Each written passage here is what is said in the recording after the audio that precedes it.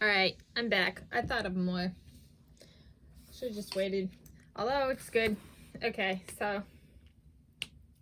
Also. Part of my sports history. You know the drill. Competitive and recreational. Gym class, no count here. Okay. So we're going to start with two that have been very prevalent in my life the last few years. So, hiking. This is going to be primarily recreational, though it can get competitive depending on the environment. I founded, which is like creating, and was president of a hiking club at the University of Hawaii at Manoa when I was a resident assistant and would take the residents on hikes and stuff, and found that that combined with me being a geologist, sometimes like if people want to be competitive, I just can't be because I'm too enraptured with the rocks and stuff like that. And this one kind of goes hand in hand with that. So sometimes I get in really steep areas and I need to do a little bit of rock climbing. So I've spent a little time developing that so I can do it better. If I'm on a trail and I need to do a little rock climbing, I can. So that's recreational. Those are both recreational. Those are both outdoors. And then a little bit in the same, well, I'll do dancing. I've done classes and developed my abilities in two types of dancing. So this one is Flamenco dancing. This is super, super hard. And also dancing, can't spell dancing. Dancing of the Irish kind. Irish, specifically reels and jigs. So both of those are recreational. And then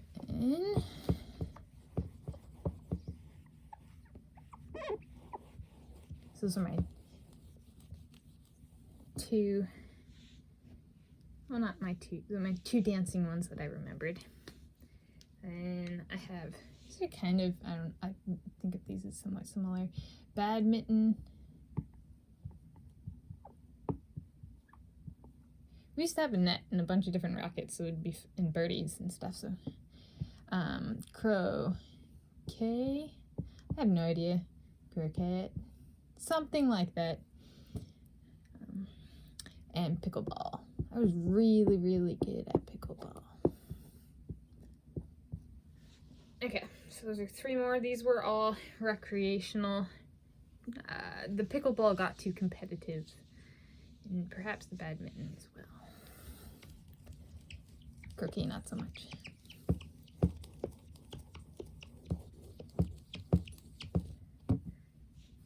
And my two for self-defense are, or the two that are related to self-defense are kickboxing. Think of, it's like, you know how to throw a kick and you know how to throw a punch, but doesn't mean you necessarily have. In boxing, it's like real deal. You know how to take and give hits. And so those are recreational to self-defense. Rugby as well. And a couple of my next ones as well. So a couple of my next ones are going to be, I'll do three. I'll do football. This is the tackle kind. Knowing how to tackle people is a useful self-defense skill. Flag football. This is the watered down version. It's more like good if you want cardio and a lot of running. And also, so these were more recreational. Beach volleyball.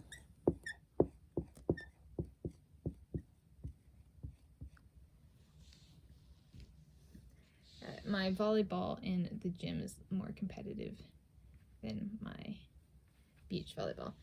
And the last two I remembered are ones that include weapons. Weapons bearing. The first is archery, so bow and arrow. Started this when I was a kid. Recreational to competitive, and same with fencing. I did this when I was both in high school and college. I was at the local community college and there was a fencing club, so I took part in that. So archery and fencing. So those are, I keep thinking of more, also part of my sports history. I'm gonna call this good for now.